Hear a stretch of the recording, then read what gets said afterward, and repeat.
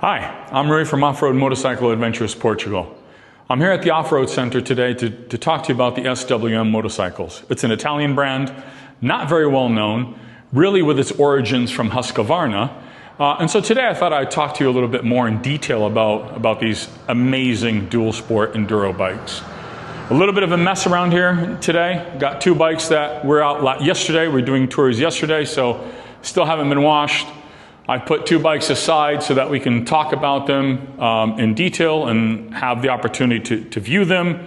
And I also have a bike that I'm working on back here, just doing some maintenance. So here we are standing in front, I'm standing right behind an SWM R300RS.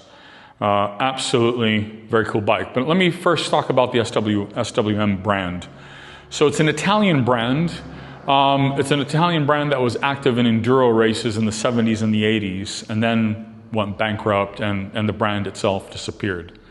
So the origin of these specific motorcycles, because the SWM brand today is owned by a Chinese conglomerate, but these particular, all the enduro bikes, and the super motard bikes and the adventure bike that SWM has, they all have an origin of Husqvarna. So it's a very interesting story.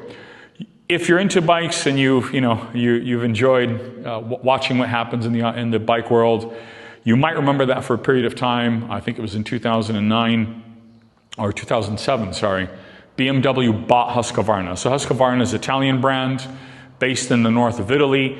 They still exist as a brand today, also in Italy, manufacturing forest equipment, so lawn mowers and chainsaws and weed whackers. But when they had some difficulties in the early 2000s, they sold to BMW. Now, BMW actually never really did much with the Husqvarna brand. And eventually it was acquired by the Pure Mobility Group. They are the ones who own KTM, and they bought that in 2014. So when KTM bought Husqvarna from BMW, actually what they did, and I think we all know this, all they did is they put white plastics on the KTM bikes. So they had a factory in Italy, in the north of Italy, in Varese, close to Varese, and there was let's call it a management buyout that basically bought the rights to the factory itself, the rights to the KTMs to the Husqvarnas that were being built in those times, and that allowed them to continue manufacturing motorcycles. And when they joined the Shinrei group, the Chinese group, they resurrected the SWM brand. So the bikes that we have here that we use at the Off-Road Center, these SWMs, so the RS300R and the RS500R, they really are Husqvarnas. So Husqvarnas from 10 years ago. So in particular the TE310 and the TE510. So they're literally the same bikes. There's a bike over there without the plastics I can walk by in a second and show you. So the frame, all the major components are the Husqvarnas of those period. Obviously the big difference is it's no longer a carburetor, they're fuel injected. They have ECUs in terms of fuel injection. They are, a lot of modern amenities have been added to these motorcycles versus what they had 10 years ago. So they are in essence a very hardcore enduro bike, which over the years in the way that SWM has kind of introduced them, they've kind of made them a bit more dual sport. Now they're in seriously capable enduro bikes or trail riding bikes. So let me talk to you about the RS300R. I'll talk later about the RS500R. The geometry, suspension, frame, all the major components, they're identical. Obviously the only difference is the displacement of the engine. So 297 cc's versus 501. So the RS300 is probably the most complete of the two bikes. These are bikes that now on the enduro market, they're incredibly well priced. So again, I'm talking prices in Portugal. The RS300R is 7,800 euros. Now that is incredibly competitive and we can talk about some comparisons with some of the other brands on the market. But if today you go for a pure enduro motorcycle, at least in Portugal, KTMs, Husqvarnas, Shericos, road legal, I have to say, because, for example, today in Portugal you can't have Yamaha road legal Yamahas, you can't buy directly from Honda, either road legal enduro bikes. So if we compare with those bikes go into the range anywhere between 11 to 12,000 euros, so significantly more affordable, these motorcycles. But it's not because they've skimped on the components, and I think that's something incredibly important to understand. I think the saving really comes from the fact that, again, as I mentioned, the design of these motorcycles really goes back to 2014, right? If you take a manual, I have a manual from 2009, and all the major components are exactly the same, especially when it comes to the engine and the frame. But it's really about the fact that because they've been manufactured for so many years, because of the acquisition at the time from, they actually bought it from BMW, not directly from KTM, is when the brand was sold to KTM and the manufacturing facilities were sold to SWM.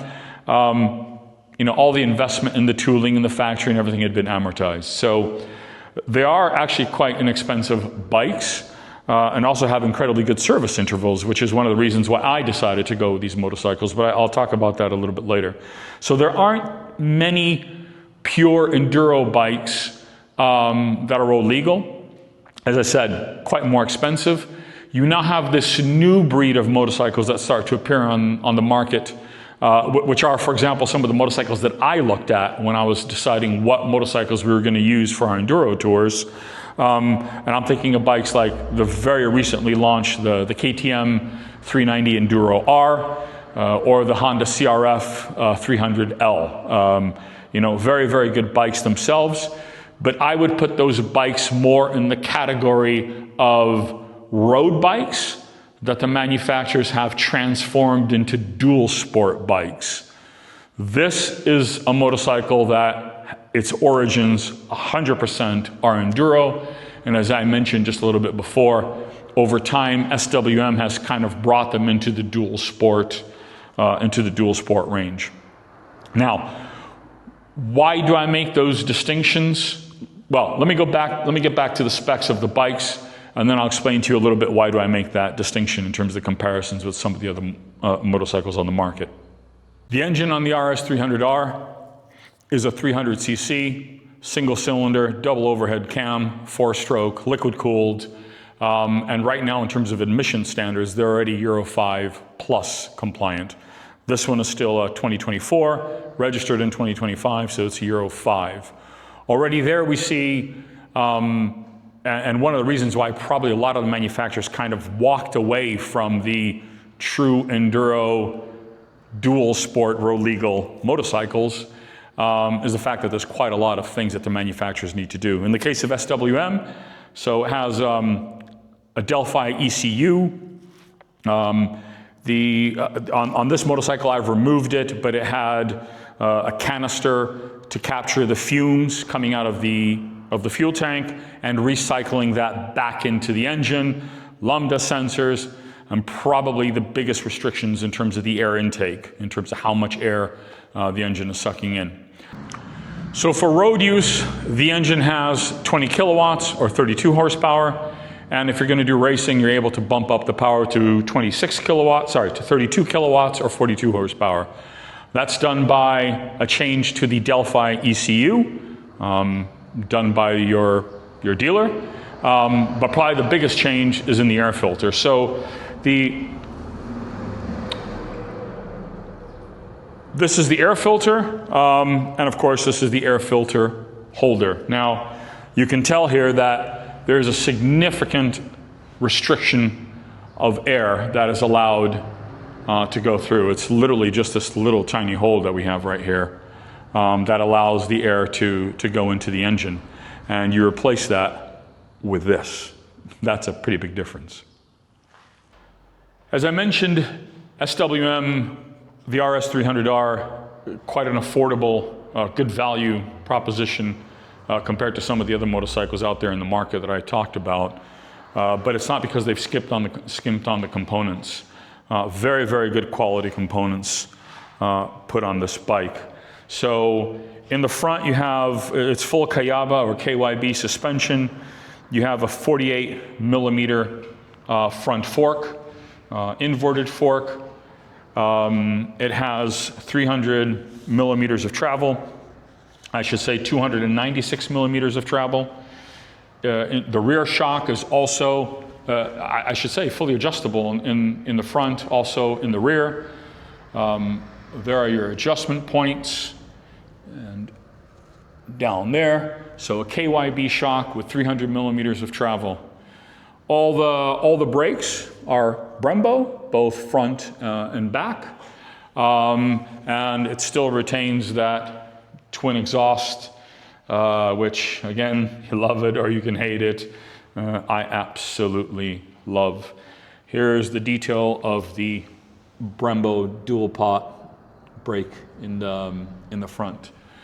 The brakes are 260 millimeters in the brake disc, 260 millimeters, and 240 millimeters in the back, and of course 21 inch front tire and 19 rear. I mentioned that SWM has done a number of things to these motorcycles over the years to make them a bit more refined, a little bit more road usable, let's call them, more comfortable.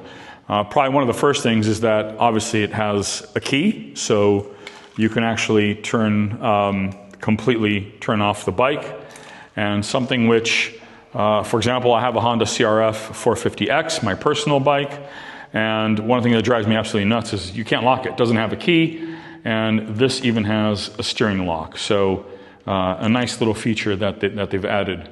I'm actually going to start the bike because the twin exhaust has a beautiful sound. You know, these exhausts are absolutely gorgeous. So let's get the bike started.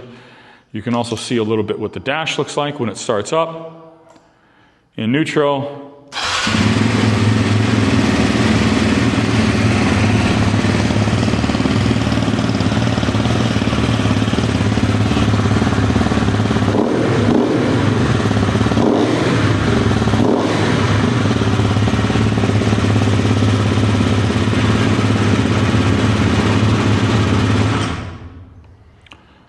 I gotta turn that off or I'm gonna gas myself in here.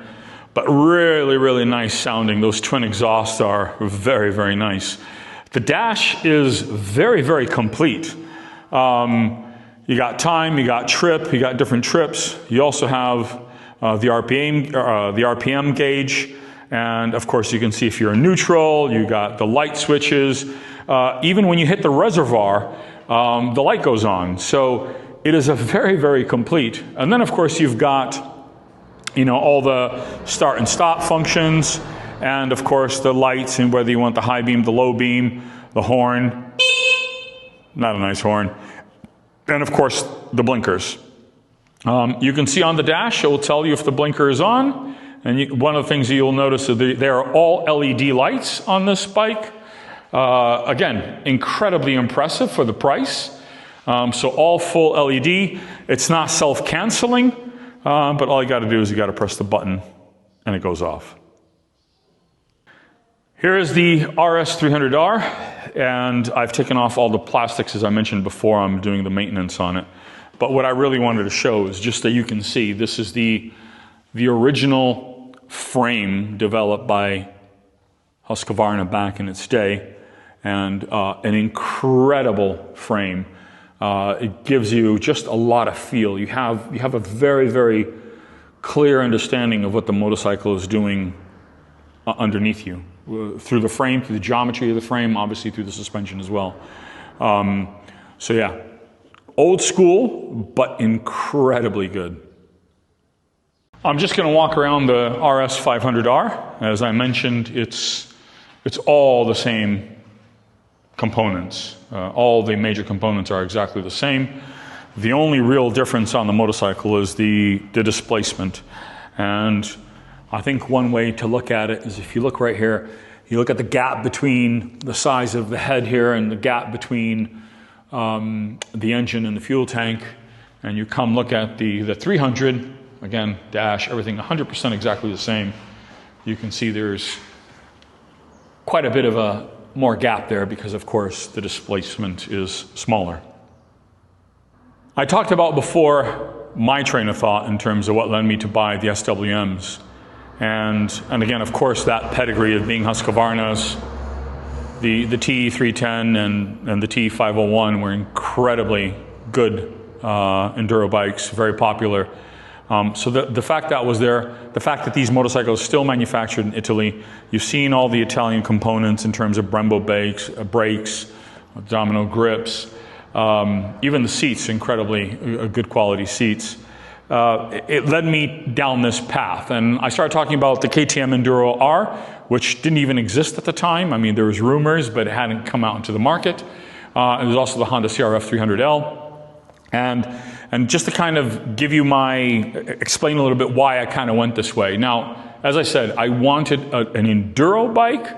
The true enduro bikes that you could register in Portugal, quite expensive. You're talking 3,000 to 4,000 euros more per bike. And the other bikes on the market that started the other way around, a bit more affordable in terms of Honda CRF and the KTM. Which are a bit cheaper than this. So just to give you a reference, in Portugal, the Honda CRF is 5,990 euros. The KTM is 6,400, just announced the price. And the SWM, as I said, this one is 7,800. Now, going to the differences, I don't think I mentioned the weight. This weighs 135 kilos. Now, compared to an enduro bike, typically at about 110, it's heavy. But it's really heavy because they've added all these creature comforts onto this motorcycle in terms of the, pretty good dash, the sensor even for the fuel in terms of when you get to the low fuel level, when you get to the reservoir. Sorry, somebody enjoying themselves outside. You've got the twin pipes, you got horn, all the lights, everything on the bike, and that does bring that weight up a bit to the 135. However, if you compare it to these other bikes that I was talking about, so the Honda CRF, that weighs 142 kilos, and I'm a little bit in shock. So that's a full 5 kilos more. If you think of the big bottles of water, those 5-liter jugs, that's quite a lot of weight. And then if you consider which I was in shock, and I've tried to double check, triple check this data. The KTM 390 Enduro R, I'm not talking about the Adventure with the screen in the front. The Enduro R is 159 kilos. That's very heavy. So that was a bit of a surprise. Now, if you follow and you've been looking at Honda CRFs, because I spent quite a lot of time, I test drove one. Actually, that was really what I was going to buy. I had no choice. But I don't think there's any YouTube video review or anyone that hasn't told you that if you buy a Honda CRF, you're going to have to upgrade the suspension. The suspension is not designed for a man of my shape, my full 100 and something kilos. Let's not get into details. But when I sit on the Honda CRF, it just squats down completely. So you're going to have to spend some money. So if you're putting in 6,000 euros, you're going to have to upgrade the suspension. And quite frankly, when you see, especially the Honda CRF, you see the frame, it's not an enduro bike. It's just, it's a road bike that they've put, a taller suspension. Also, the suspension of that it's not adjustable, and it only has 250 millimeters of travel. So, and it's a 43 millimeter front fork. So this has it beat in all those areas. And the fact everything is fully LED. And I think the new Honda CRF now comes with LED and apparently an improved suspension. It's still not adjustable, still only 43 millimeter fork in the front. But okay, let's see how that comes. Now, in terms of the KTM, KTM even has lower suspension travel. It's 230 millimeters in the front and in the back. It has that WPX Apex suspension. I'm pretty sure it's probably pretty good. It is adjustable, but again, far less suspension travel than this bike has, with 296 in the front and 300 in the back. So again, KTM wasn't even an option at the time when I made this decision, but I do not regret it at all. I mean, this is an absolutely incredible bike. This and the 500, absolutely incredible bikes to ride. So yeah, so that's my review of the RS300R and the RS500R from SWM. I hope you've enjoyed it. These are the motorcycles that we use on the tour. There's 5 of them here at the Off-Road Center. So I hope you've enjoyed it. I hope you come and ride with us. You can check us out at Offroad Motorcycle Adventures Portugal. That's our website. Again, we have the YouTube channel. We're on all the social media channels. Please subscribe and like, and thanks.